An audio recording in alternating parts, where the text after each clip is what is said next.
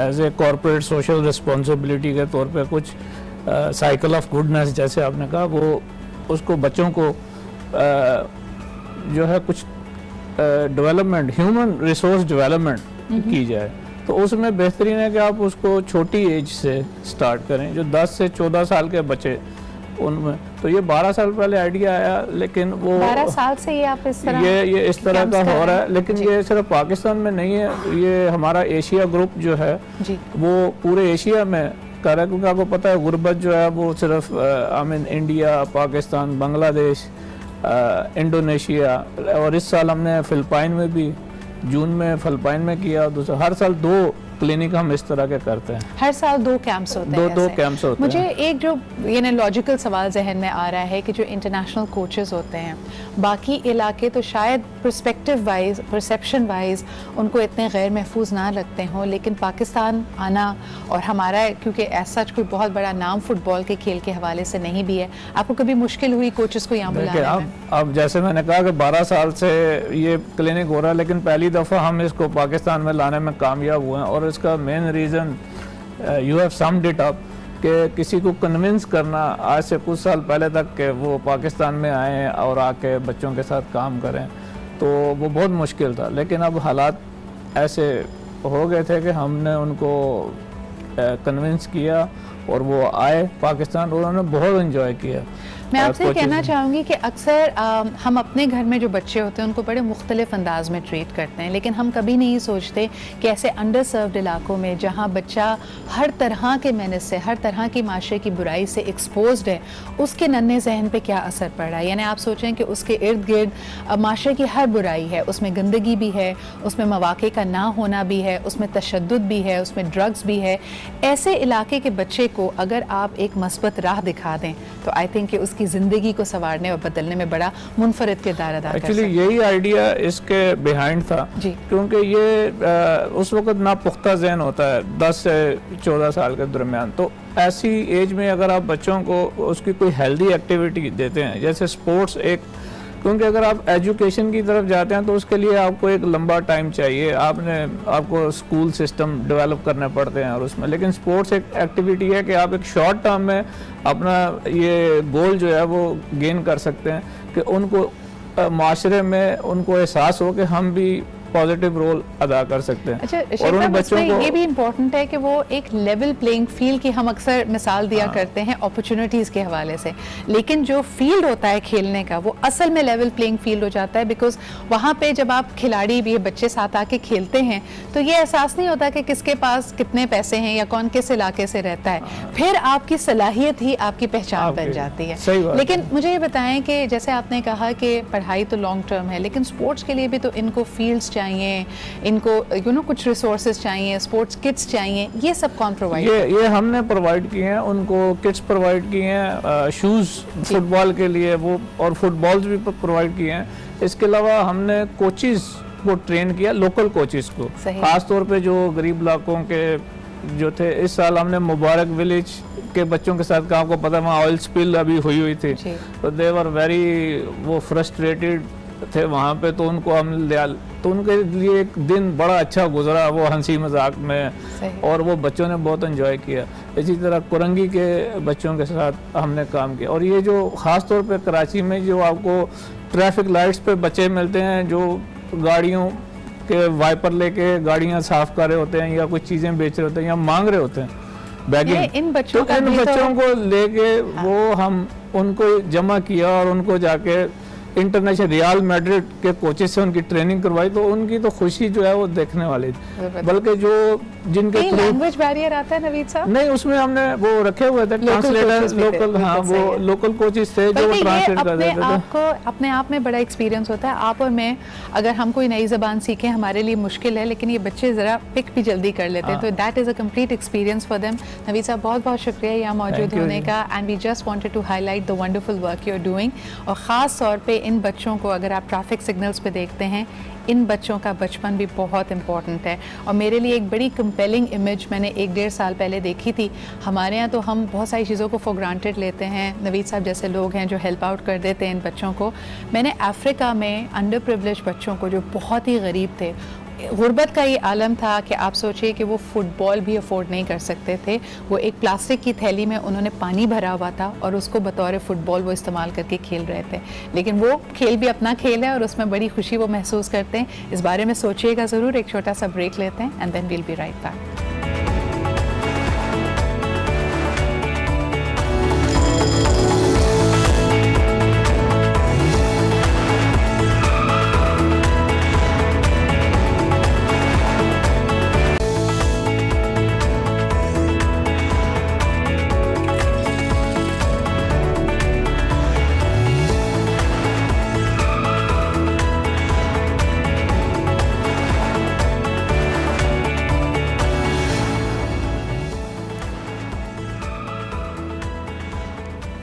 अस्सलाम वालेकुम and welcome back. जी हम बात कर रहे थे अभी थोड़ी देर पहले नवीद शेख साहब से।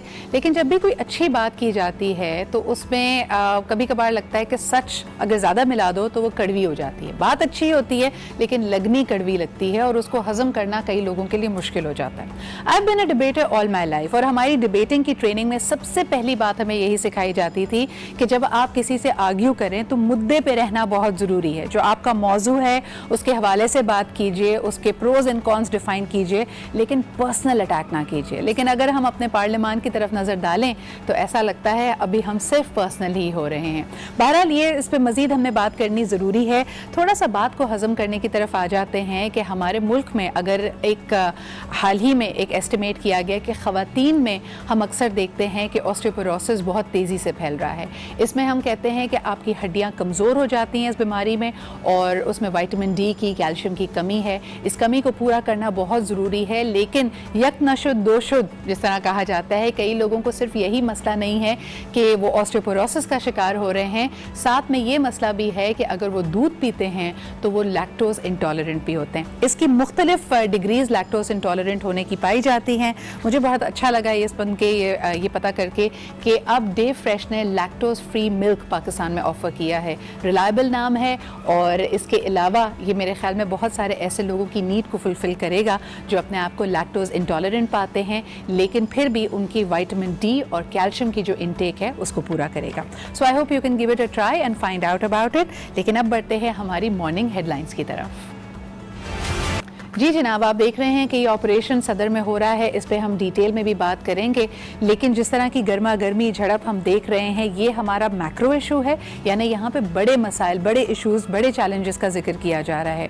ऑल द वे अगर हम शहरों की और बल्दियात की बात करें वहाँ पे अपने चैलेंजेस नज़र आ रहे हैं लोगों को। इसी हवाले से बात करने के लिए हमने public policy expert Hasan Khawar को आज सुबह अपने साथ दावत दी है। अस्सलाम वालेकुम हसन, आप हमें इस्लामाबाद से ज्वाइन कर रहे हैं। बहुत बहुत शुक्रिया हमारे साथ मौजूद होने का। आपके मैं आर्टिकल पे भी नज़र डाल रही थी लेकिन सबसे पहले आपसे सवाल यही करना चाहूँगी कि ये जो पार्लियामेंट में हम देख रहे हैं गर्मा गर्मी का माहौल, तू तड़ाक, एक दूसरे को अलकाबात और नाजेबा अलकाबात से नवाजना, ये रविश आपको कैसी लग रही है और इसकी कैसे रोकथाम की जाए? जी गुड मॉर्निंग सिद्रा, शुक्रिया मुझे दावत देने के लिए।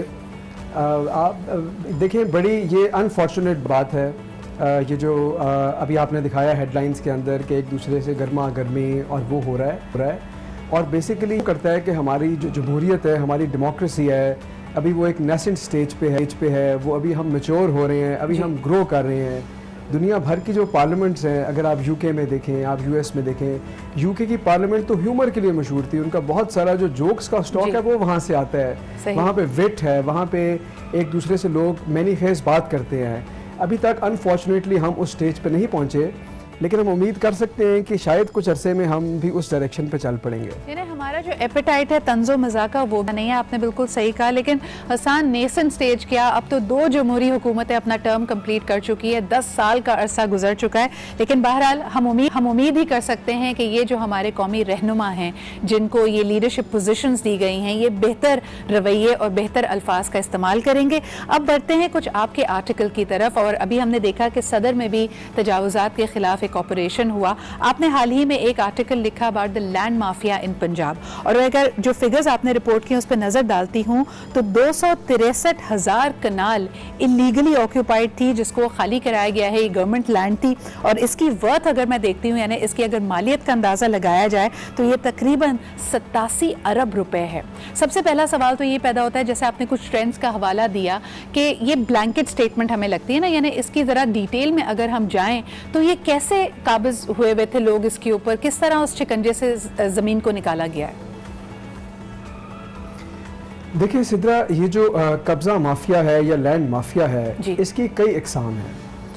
कुछ तो ऐसे झगड़े होते हैं जो एक पार्टी के दूसरी पार्टी से हुए और एक पार्टी के पास टाइटल क्लियर नहीं था प्रॉपर्टी का और उन्होंने उसके ऊपर कब्जा कर लिया। एक तो ये कैटेगरी है और ये इंडिविजुअल कैटेगरी है। एक कैटेगरी इंक्रोचमेंट या तजावज़ात की है और वो ये कैटेगरी है कि अगर एक शख्स के पास कोई प्रॉपर्टी है, चाहे वो ज़रूरी ज़मीन हो, चाहे वो कोई दुकान हो, कोई रेस्टोरेंट हो, और उसके आसपास वो कुछ और ज़मीन पे कब्जा कर ले, यानी कि उसका टाइटल था लेकिन उसने अपने हक से ज़ायद ज़मीन पे कब्जा कर लिया, ये दूसरा हिस्सा है। और तीसरा हिस्सा वो है जो लैंड माफिया या कब्जा माफिया का है। अच्छा, इसके अंदर कई तरह की चीज़ें हैं। या तो ये वो लोग हैं उस ज़मीन पे कब्जा करते हैं जिसके ऊपर बहुत अरसे से लिटिगेशन चल रही है और टाइटल्स क्लियर नहीं है, या ये हुकूमत की ज़मीन पे कब्जा करते हैं। क्योंकि अगर आप देखें पाकिस्तान में हुकूमत बहुत बड़ा लैंड होल्डर है, सबसे बड़ा लैंड होल्डर है, और ये क्या करते हैं कि अगर ज़रूरी ज़मीन है तो इरिगेशन डिपार्टमेंट की हो सकती है, फॉरेस्ट की हो सकती है, तो ये उसके ऊपर कब्जा कर लेते हैं। और ये पटवारी और जो लैंड रेवेन्यू ऑफिशियल और पुलिस, उनकी मिली भगत से होता है। और जो शहर हैं उसमें ये एक और इंटरेस्टिंग शेप लेता है। या तो वहाँ पे रातों रात कच्ची आबादियाँ बना दी जाती हैं, या कोई मदरसा कायम कर दिया जाता है, या कोई मस्जिद बना दी जाती है ताकि लोग उसको हाथ ना लगा सकें। और जब ये कब्ज़ा इस्टेब्लिश हो जाता है कुछ माह या कुछ साल में, फिर वहाँ पे दुकानें बनाई जाती हैं और कमर्शियल इस्टेब्लिशमेंट्स बनाई जाती हैं। तो इस तरह से ये चलता है। हम कहें कि इन इंक्रोचमेंट्स को जब खाली कराते हैं, अनफॉर्चुनेट बात है, लेकिन इसमें भी हमें दो ट्रेंड नज़र आते हैं। एक तो वो होता है कि जब इदारे या डिपार्टमेंट्स बाकायदा इस पे काम करते हैं, जैसे हमने कराची में सदर में देखा या जिसका आपने हवाला पंजाब में भी दिया। दूसरा तरीका ये होता है कि जिस तरह इनको इलीगली सेटल कराया जाता है, उसी तरह इनको इलीगली उठाने के लिए, जैसे आपने कहा कि अगर कोई स्लम एरिया डेवलप कर दिया गया है, वहाँ पर झुग्गियाँ बना दी गई हैं, तो रातों रात उस झुग्गियों में आग भी लग जाती है। ये दोनों ट्रेंड ही बहुत ख़तरनाक हैं। अब आप समझते हैं कि किसी परमानेंट हल की तरफ हम बढ़ रहे हैं, पेपर वर्क और विजिलेंस ज़्यादा स्ट्रांग होगी? देखिए, एक तो ये बात है ना कि ये निशानदही करता है हमारा जो रूल ऑफ लॉ सिस्टम है उसकी वीकनेस की तरफ, कि पुलिस अपना काम नहीं कर रही, कोर्ट्स उस तरह से अपना काम नहीं कर रही। तो जहाँ पे weak writ of the state हो सिद्रा, वहाँ पे ऐसी चीज़ें नज़र आती हैं। लेकिन ये तो एक लॉन्ग टर्म मसला है। शॉर्ट टर्म के अंदर मैंने देखा ये है कि ये तब होता है जब आपको अदलिया की सपोर्ट भी हासिल हो, एक स्ट्रॉन्ग पॉलिटिकल विल भी हो और स्ट्रॉन्ग अनबायस्ड एडमिनिस्ट्रेशन हो। उसमें आपने बिल्कुल दुरुस्त फरमाया कि जहाँ पे लोग रह रहे होते हैं, जो रेजिडेंशियल क्वार्टर्स हैं, वहाँ पे रातों रात ऐसी कार्रवाई करना मुश्किल हो जाता है, क्योंकि वहाँ पे लोगों का आप अनसेटल करना पड़ता है, लॉ एंड ऑर्डर की सिचुएशन बन सकती है।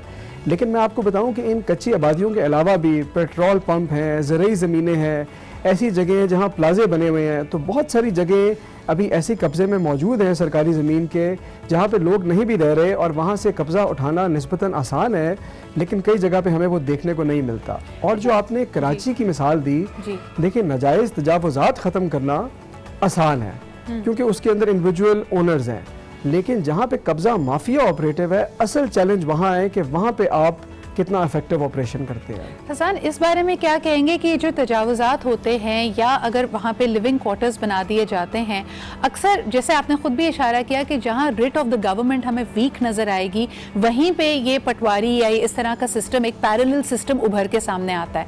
अगर आप वहाँ के मकीनों से बात करें तो उसके बस में जो कुछ है वो अपने आप को इलीगल ऑक्यूमेंट नहीं समझता, क्योंकि वो किसी ना किसी को पैसा दे रहा है, रिश्वत दे रहा है, किराया दे रहा है वहाँ रहने का।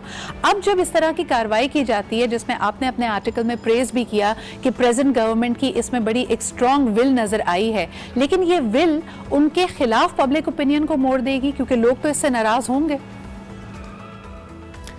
देखिए, जो मैंने पंजाब में देखा, मुझे मतजाद खबरें मिली। हुकूमत का ये कहना था कि हमने इस ऑपरेशन में अभी तक जो रेजिडेंशियल क्वार्टर्स या कच्ची आबादियाँ हैं उनका रुख नहीं किया, लेकिन जो मैंने ख़बरें सुनी इधर उधर से उसके अंदर कुछ कच्ची आबादियों का जिक्र भी आया।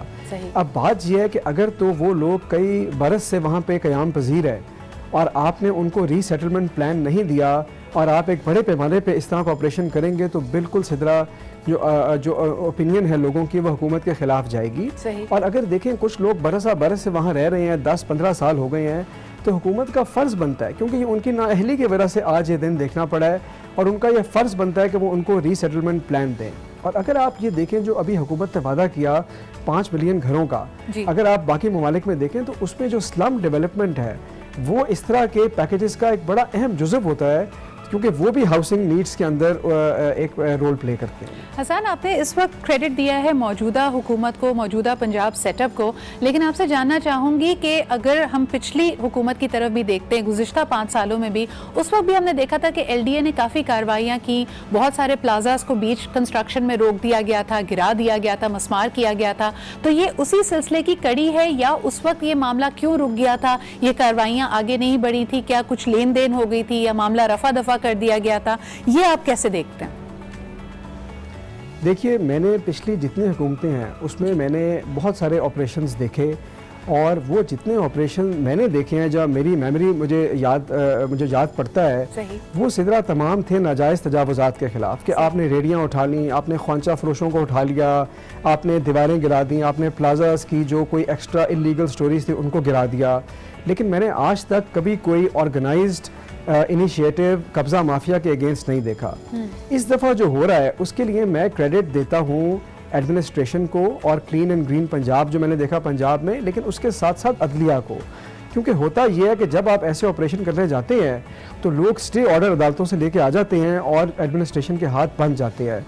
तो इस दफ़ा मैंने देखा ये कि अदलिया की बहुत बड़ी सपोर्ट इसमें शामिल है, और आपने देखा कि लाहौर में सुप्रीम कोर्ट के बेंच ने मंशा बम केस उनकी बात की, हाई कोर्ट ने कहा कि तजावुज़ात को आप हटाएं, और हुकूमत पंजाब ने यह मौका गनीमत जानकर ये क्लीन एंड ग्रीन प्रोग्राम के अंडर ये नाजायज़ तजावुज़ात के अलावा कब्ज़ा माफिया के ख़िलाफ़ ऑपरेशन शुरू किया। क्योंकि देखें, ये जो 2.5 लाख किनाल की बात है, ये 2.5 लाख किनाल इंक्रोचमेंट का नहीं है, ये वो ज़मीनें हैं जहाँ पे हज़ारों एकड़ लोगों ने सालों साल से कब्ज़े में ली हुई थी, या 30-30 साल से हुकूमत ने उनको लीज़ दी थी जो एक्सपायर हो चुकी थी, उन्होंने पैसे नहीं दिए, और अब अचानक हुकूमत को याद आया और उन्होंने ये ऑपरेशन शुरू किया और वो ज़मीन वागुजार करानी शुरू की। हसन, ये जो आप अदलिया को और एडमिनिस्ट्रेशन को क्रेडिट दे रहे हैं, तो मैं आपसे ये भी जानना चाहूँगी कि पिछले 80 रोज़ में सबका फोकस तो पूरे पाकिस्तान की एडमिनिस्ट्रेशन पे यानी PTI की परफॉर्मेंस में है। एक सबसे बड़ा चेंज 10 सालों के बाद का चेंज हम पंजाब के सूबे में देखते हैं, जब वहाँ पे अब पंजाब असम्बली में PTI की हुकूमत है। इन पहले 80 रोज़ में आपने पंजाब की हुकूमत को कैसा पाया? देखिए, एक तो आपने हमने इस प्रोग्राम की बात की, तो एक तो ये चीज़ है। जो दूसरी अच्छी चीज़ मैंने देखी वो पंजाब हुकूमत का बजट था, जो कि उन्होंने थोड़ा सा रैशनलाइज़ किया, उन्होंने अपनी जेब के हिसाब से अपने खर्चे थोड़े से कम किए हैं, तो ये तो 2 अच्छी चीज़ें हैं। लेकिन मेरा ख्याल है कि सिदरा जो अभी इनके पास चैलेंज है वो ये है कि जो पिछले वज़ीर आला थे शहबाज शरीफ साहब, उनका एक मॉडल लोन था, वो बहुत एक्टिव थे, वो डेवलपमेंट का बहुत काम करते थे। तो अभी उस वैक्यूम को पुर करने के लिए हमने कोई क्लियर स्ट्रेटजी हुकूमत पंजाब की तरफ से नहीं देखी। अभी तो लोग ये बातें कर रहे हैं कि हुकूमत पंजाब में फ़ैसले कौन कर रहा है, क्योंकि कई लोग हैं, सीनियर मिनिस्टर हैं, वज़ीर आला हैं, गवर्नर हैं। तो मेरा ख्याल है इस वक्त ज़रूरत यह है कि आप पंजाब पे फोकस करके, अगर आपने पॉलिटिकल मुकाबला करना है पिछली हुकूमत से, तो अपना एक ऐसा प्लान लेके आएँ जो कि शहबाज शरीफ साहब के प्लान को के साथ कम्पीट करता है। क्योंकि अमूमी हलकों में बात ये हो रही है कि जितना एम्बिशन उनका था, अभी तक पंजाब में हमें उस तरह का जोशो खरोश देखने में नहीं मिला। लेकिन तो मेरा ख्याल है ज़रूरत इस बात की है। लेकिन हसन, आपने खुद भी इसकी निशानदेही की थी, जो हम आपका पिछला आर्टिकल जब डिस्कस कर रहे थे, कि ये तो एक अननेचुरल सा मोमेंटम था, क्योंकि 2 या 3 प्रोजेक्ट्स के ऊपर आपने अपने तमाम वसाइल लगाए हुए थे। तो उसको मैच करने के लिए आप कह रहे हैं कि ऑल्टरनेटिव स्ट्रैटेजी क्या हो सकती है? बाय डिफ़ॉल्ट इसमें तो एक सिक्लिकल स्लो डाउन आएगा, और पब्लिक ओपिनियन को मैनेज करने के लिए एक स्ट्रैटेजी होनी चाहिए, या उस मोमेंटम को बनाए रखने के लिए स्ट्रैटेजी होनी चाहिए? देखिए, वो जो हमने पहले बात की थी ना सिद्रा, वो थी इंफ्रास्ट्रक्चर डेवलपमेंट के हवाले से, जो मैं समझता हूँ उसकी डाउन साइड भी है। सही। लेकिन अगर आप वैसे देखें, अगर आप ब्यूरोक्रेसी की बात करें, सिविल सर्विस की बात करें, तो शहबाज शरीफ साहब का इंप्रेशन ये था कि वो बड़े एक इफेक्टिव एडमिनिस्ट्रेटर थे, ब्यूरोक्रेसी उनसे डरती थी, और वो हर चीज़ का फौरी नोटिस लेके, कुछ उसके अंदर आप समझ सकते हैं कि पॉलिटिक्स भी थी, लेकिन उनका impression leadership style was very robust, जो लोग मिस कर रहे हैं। जी बिल्कुल बिल्कुल, मुझे ये लगा कि कई जगह पे ये बात हुई कि उस तरह की इफेक्टिव एडमिनिस्ट्रेशन अभी पंजाब में देखने को नहीं आई। और ये क्लीन एंड ग्रीन जो पंजाब प्रोग्राम मैंने देखा, मेरे ख्याल में ये एक टेस्टामेंट है कि इस हुकूमत में पोटेंशियल है और वो बहुत कुछ और कर सकते हैं, लेकिन अभी तक वो पंजाब का क्या विजन लेके जाएंगे वो अभी हमें देखने को नहीं मिला।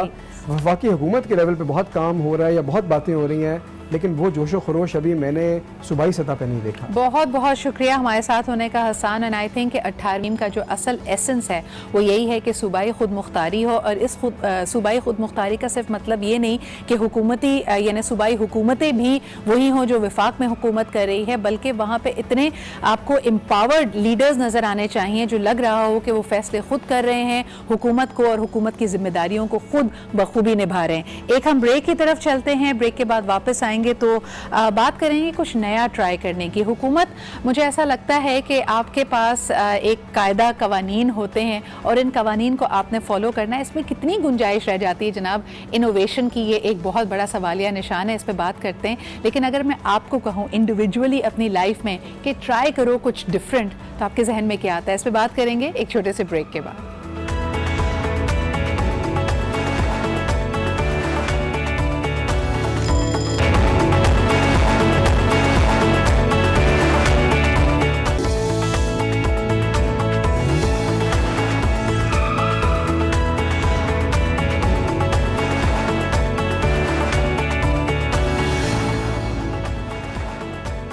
जी जनाब, वेलकम बैक। आप देख रहे हैं आज पाकिस्तान, और एनर्जी कभी डिप होती है, कभी ऊपर जाती है, और आई थिंक ये मौसम के बदलाव के साथ साथ आप भी फील कर रहे होंगे।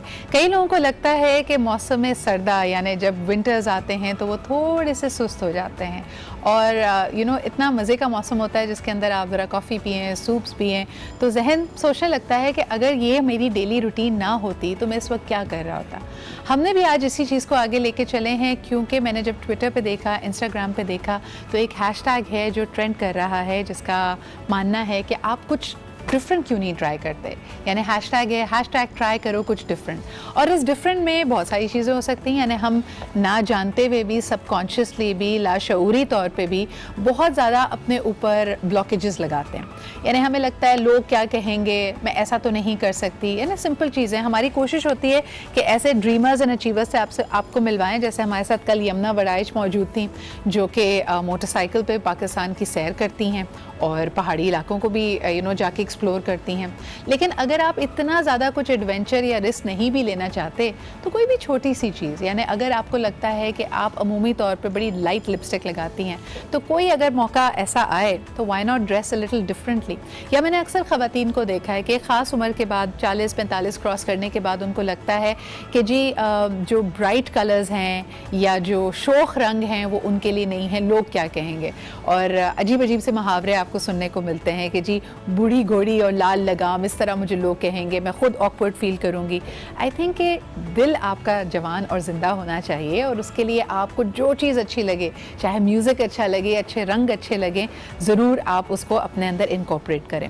इर्द गिर्द अगर हम नज़र डालते हैं, लोग कहते हैं कि अगर आप खूबसूरत चीज़ों से घिरे हुए रहेंगे या उन पर अपना फोकस रखेंगे, तो आपके जहन में ऑलरेडी जो पॉजिटिविटी है वो बढ़ती चली जाएगी, आप ज़्यादा क्रिएटिव होंगे, आपकी सेहत ज़्यादा अच्छी होगी, and you will be a more pleasant person to be around. So keep that in mind. इसके अलावा छोटी छोटी चीज़ें, यानी यहाँ तक कहा जाता है कि आप रोज़ जो रास्ता लेके घर जाते हैं उसके बजाय भी कुछ ज़रा डिफरेंट ट्राई कर लें।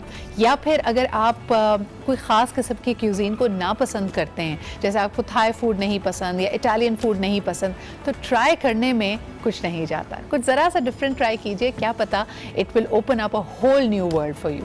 लेकिन यही बात अगर मैं कहूँ अपने पार्लियामेंट के लिए, वो भी बड़ी ज़रूरी है, वहाँ पे भी कुछ नया ट्राई करने की ज़रूरत है। पहले हमें जो स्पाइस और गरम मसाला था बड़ा अच्छा लग रहा था, हमें ऐसा लगता था कि लोग अगर आपस में बहस कर रहे हैं तो ये पाकिस्तान की बेहतरी के लिए है, ये वो इश्यूज़ हैं जिनको ज़रूर फ्लोर पे आना चाहिए, इनका हल निकालना चाहिए। लेकिन अब मुझे ऐसा लगता है कि हम इस गरम मसाले से भी थोड़ा सा बोर हो गए, और ये गरम मसाला ऐसा है कि हमें ऐसा लगता है कि हमारी अपनी रिवायात के ख़िलाफ़ है, ऐसी ज़बान है जो इशू को बहुत पीछे छोड़ देती है और ज़ातियात पे उतर आती है। एक दोबारा पैकेज देखते हैं कल की जो पार्लियामेंट की एक्टिविटी रही और इस पर आपका क्या तज्जिया है, आपकी क्या राय है, मुझे ज़रूर बताइए। You can tweet on @sidra_iqbal and let me know that. Let's take a look at this package first.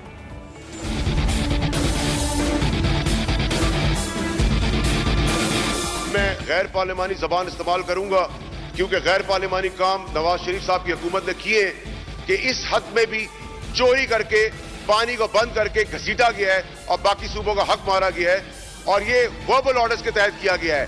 ये अनप्रेसिडेंटेड है। यहां तक कि फाइनेंशियल चोरी तो चोरी, ये हिस्सेदारी में भी चोरी कर रहे हैं। ये वजीर साहब का रवैया आपने देखा है, इनके अल्फाज आप सुन लें, इनकी जबान आप सुन लें। इन्होंने कहा, रिकॉर्ड मंगा के देख लें कि पानी चोरी हुआ। पानी चोरी होकर आसमान में चला गया, पानी चोरी होकर इंडिया चला गया, पानी अगर चोरी हुआ किसी सूबे को दिया गया। मैं ये चाहता हूं कि हाउस की कमेटी बने जहां पर सब बैठे हों, सबको पता चले ये पानी किसने चोरी किया है। इन्होंने मेरी हुकूमत पर इल्जाम लगाना है, मुझसे शुरू करें। आज दाएं बाएं देख लें, मैं सब दयानतदारों को जानता हूं। आपने इसके बाद चोर कहा, मैं आपको आपके वालिद को चोर कहूंगा। जो लफ्ज बोलेगा 10 लफ्ज सुनेगा। ये आपकी परवरिश होगी कि आप मेरे वालिद को चोर कहेंगे, मैं फिर भी नहीं कहूंगा। मैं अब्बासी साहब को याद दिलाना चाहता हूं कि मैं कन्विक्ट नहीं हूं या मैं अभी कटहरे में नहीं हूं जहां नवाज शरीफ साहब यानी कि बाप, बेटे, बेटी, दामाद, घर दामाद और समधी सब मफरूर जेल में हैं। तो काम करेंगे तो सुनेंगे भी फिर आप।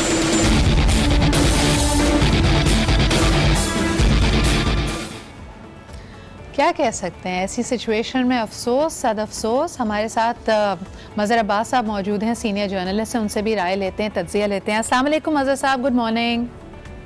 जी वालेकुम सलाम। मज़हर साहब, गर्मा गर्मी गरम मसाला, हमने कहा कि एक वक्त तक तो बड़ा स्पाइसी लग रहा था, लगता था कि बड़ी इश्यूज़ पे बहस हो रही है, लेकिन अभी जो पैकेज हमने चलाया, कल जो हम कार्रवाई पूरी पार्लियामेंट में देखते रहे हैं, उसमें इशू तो कहीं बहुत पीछे रह गए। तो सिर्फ ज़ातियात थी, एक दूसरे पे इल्ज़ाम थे, नाम फिक्रे कसना, ये कहाँ हम जा रहे हैं? देखिए, हमारा एक मजबूरी रवैया ये हो गया है कि हम बोलते पहले हैं, सोचते बाद में हैं। सही। और क्योंकि एक अंग्रेज एक जुमला जो है ईजाद कर गया है कि अगर कोई गलत बात हो और आप कहीं फंस जाएं तो सॉरी कह दो और उसके बाद बात आगे चली जाएगी, ख़त्म हो जाएगी। सही। अब कल जो हुआ पहले भी होता रहा है और दुनिया भर की पार्लियामेंट्स में चीज़ें होती हैं, गुस्सा भी होता है, एक दूसरे पे अटैक भी होते हैं, वर्बल अटैक्स भी होते हैं, बल्कि जापानीज पार्लियामेंट में तो फिजिकल अटैक्स भी हमने देखे हैं और जगहों पे भी। लेकिन चीज़ ये है कि जब जो सिलेक्शन ऑफ वर्ड्स है वो बहुत इम्पोर्टेंट होता है कि आप किसी पे तनकीद करें, सख्त तरीन तनकीद करें, लेकिन अल्फाज का जो इस्तेमाल होता है वो बहुत काउंट करता है, क्योंकि वो उससे फिर ये लगता है कि आप इश्यूज से ज़्यादा पर्सनल हो रहे हैं। और मज़हर साहब, ये जो पीटीआई के अरकान हैं उन पे तो चलें अक्सर ये इल्ज़ाम लगता है कि ना तजुर्बेकारी है, कुछ लोग इनको कहते हैं कि थोड़ा सा मेरे ख्याल में प्राउड भी ज़्यादा फील कर रहे हैं, अब आ गए हैं तो ज़बान उनकी अभी तक बहुत तनकीद और तंज़ आमेज़ है। लेकिन अगर शाहिद खाकान अब्बासी साहब को देखा जाए, एक सियासी करियर उनका रहा है, कॉर्पोरेट करियर उनका रहा है, फिर former prime minister of Pakistan रह चुके हैं। यानी हम ठीक है, एक तरह से तो कहते हैं ताली दोनों हाथों से बजती है, लेकिन किसी को तो बर्दाश्त और बुर्दबारी से काम लेना पड़ेगा ना। पूरी डिबेट को आप उठा के देखें तो शाहिद खाकान के मुंह से सिर्फ एक लफ्ज़ गलत निकला, जो कि नहीं निकलना चाहिए था किसी भी सूरत में, इसलिए कि आपकी फैसल वार्डा से जो भी इख्तलाफ हो या पीटीआई से जी, आप उनके वालिद को छोड़ नहीं कर सकते। सही। वो अनटिल अनलेस किसी के वालिद का कोई बैकग्राउंड हो, कोई कन्विक्ट हुआ हो या इल्जामात वो अलग बात है। सर इवन देन नहीं कहना चाहिए, बिकॉज आपका लीडरशिप स्टाइल है आपका, वो उसमें तो इतनी बर्दाश्त, इतना आपको जामे होना चाहिए, और स्पेशली जब आप मुल्क का हाईएस्ट ऑफिस संभाल चुके हो। उसमें सिर्फ एक चीज का ख्याल रखना चाहिए, एक तो जनरल पार्लियामेंट्री प्रैक्टिस ये है कि जो आदमी आपका जवाब नहीं दे सकता या पार्लियामेंट के अंदर नहीं है, उसके बारे में अल्फाज अदा करते वक्त एहतियात से काम लेना चाहिए, क्योंकि वो जवाब देने की पोजीशन में नहीं होता। या फर्ज करें कोई दुनिया में ही नहीं है, आप उसके बारे में जब कमेंट कर रहे हैं, तो उसलिए इन चीज़ों का एहतियात, लेकिन हमारे यहाँ रहा है, ये प्रैक्टिस रही है कि हम बात सिचुएशन में बहुत आगे निकल जाते हैं। पीटीआई का बदकिस्मती से जो कल्चर डेवलप हुआ है वो अदम बर्दाश्त का कल्चर डेवलप हुआ है पीटीआई में, और पीटीआई ने इसको अब क्योंकि चले ऑपोजिशन में समझ में आता था, धरने के दरमियान समझ में आता था, अब आपको एक इंतखाबी कामयाबी मिल गई है और गवर्नमेंट जो होती है वो हमेशा रिसीविंग एंड पर होती है। बिल्कुल, गवर्नमेंट का जो एटीट्यूड होता है वो सूरत हाल को कंट्रोल करना होता है। एब्सोल्युटली। मदर साहब, ऑन दैट नोट ओनली बहुत बहुत शुक्रिया हमारे साथ मौजूद होने का। आपका जो रवैया है हुकूमत का और जो उसका पर्सपेक्टिव है बड़ा मुख्तलिफ होना चाहिए, चीज़ों को संभालने वाला होना चाहिए। एक ब्रेक की तरफ बढ़ेंगे, एक बुलेटिन है जी, और उसके बाद हम दोबारा प्रोग्राम को रिज्यूम करेंगे। हमने बात करनी है कि ये जो अदम बर्दाश्त है वो हमें हर जगह नज़र आ रही है, और ख़ास तौर पर जो सदर में तजावुज़ात पे कार्रवाई हुई है वो हमारा टॉपिक है, but after a short break.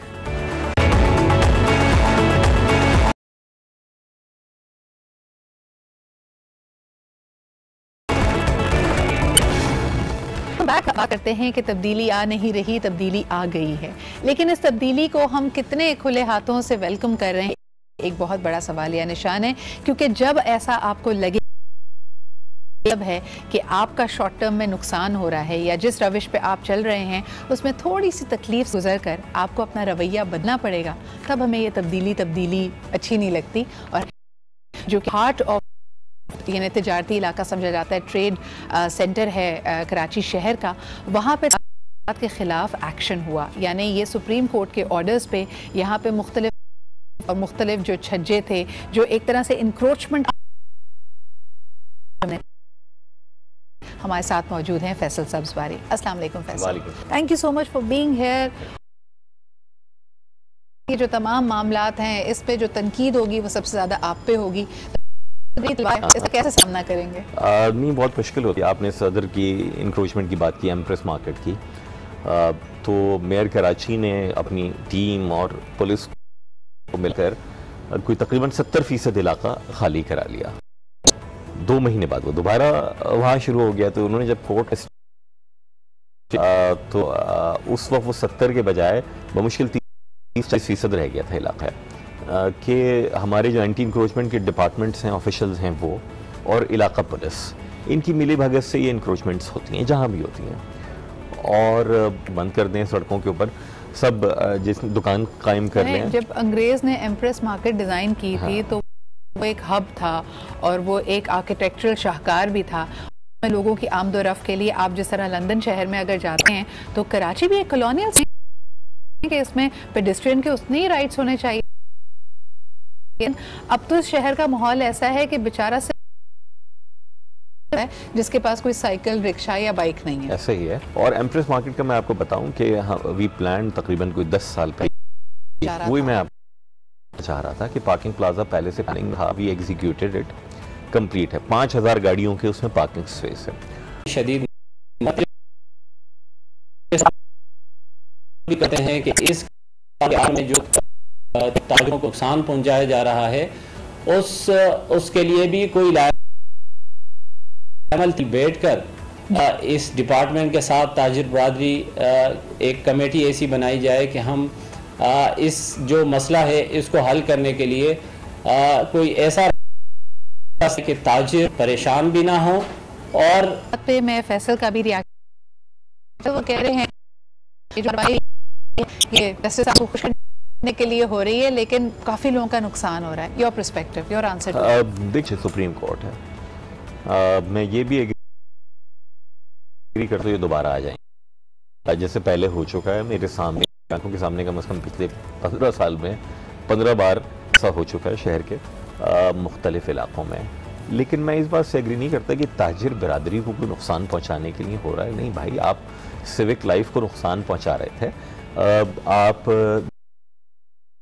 जो इस पॉल्यूशन है, जो एयर पॉल्यूशन है सदर के इलाके की, आप गेज करके देख लीजिए किस हिसाब से होता है। मैं स्टूडेंट लाइफ में भी वहाँ जाता रहा हूँ, हम इंस्टीट्यूट जाते थे, कॉलेज जाते थे, बहुत प्रॉब्लम है वहाँ पर। और सिर्फ सदर का मसला नहीं है, और मुख्तलिफ इलाकों का मसला है, और वहाँ सब जगहों पे साइमल्टेनियसली कार्रवाई हो रही है। मैं इंटरप्ट यू, इस वक्त जो कार्रवाई हुई है उसमें हमने तो बुलडोजर तेवे भी देखे हैं, तो क्या पूरी बिल्डिंग्स को ख़त्म किया गया है जो इलीगली बन गई थी फैसल? रहे थे जो जो कवर कर रहे थे, रोड को मजीद क्लॉग कर रहे थे, तो उनको हटाया गया। बिल्डिंग्स नहीं हुई हैं। हाँ, ये हुआ है माजी करीब में बिल्डिंग कंट्रोल ने और KDA ने भी कुछ एंटी इंक्रोचमेंट ड्राइव में बिल्डिंग्स भी की हैं। आपके इल्म में है कि वाटर बोर्ड की ज़मीन पर, ये नेशनल स्टेडियम के पीछे ही कोई बंगलोज बने हुए थे। अब वो सर्वाइड्स के ऊपर लोगों ने कब्जा करके बंगले बना दिए करोड़ों रुपए के। तो ऐसा नहीं है कि सिर्फ कहने को कि किसी गरीब ठेले वाले के खिलाफ कार्रवाई हो रही है, बंगलों के खिलाफ भी हो रही है और होती रहनी चाहिए। और हम सबको, मुझे भी, हकीम साहब को भी चाहो तो चलें, ये तो आपका पर्सपेक्टिव है। आपका यानी आपका इसकी डिमांड क्या है? क्या आप चाहते बादल जगह आपको दी जाए, कोई आपसे कॉन्वर्सेशन या नेगोशिएशन मुज़ाकरात की मेज़ पर आना चाहते हैं? आपकी इस वक्त डिमांड क्या है? जी सिद्रा, इस हवाले से हमारी NT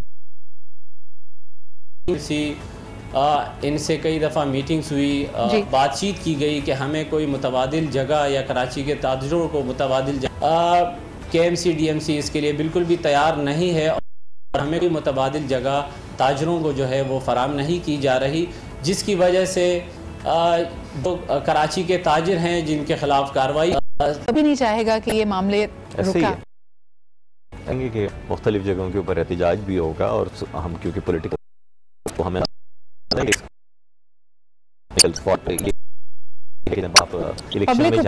पब्लिक ओपिनियन आपके लिए बाकी चीज़ें भी होती हैं, वो तमाम मामलात अफेक्ट होते हैं, तो कई चीज़ों को मद्देनज़र रखते हुए कोई भी कार्रवाई की जाती है। मगर फैसल, बहुत बहुत शुक्रिया जिस बहुत ही इंपॉर्टेंट इशू पे हमारे साथ होने के लिए। उम्मीद यही करते हैं कि किसी पे भी उंगली बिरादरी हो, चाहे वो एंटी इंक्रोचमेंट का इदारा हो, वो अपने किरदार पे, अपने गिरबान की अपनी थी जिसने हमें इस नहज पे पहुंचाया है। लेकिन बहरहाल ये तब्दीली का सफ़र थोड़ा सा कठिन तो होगा।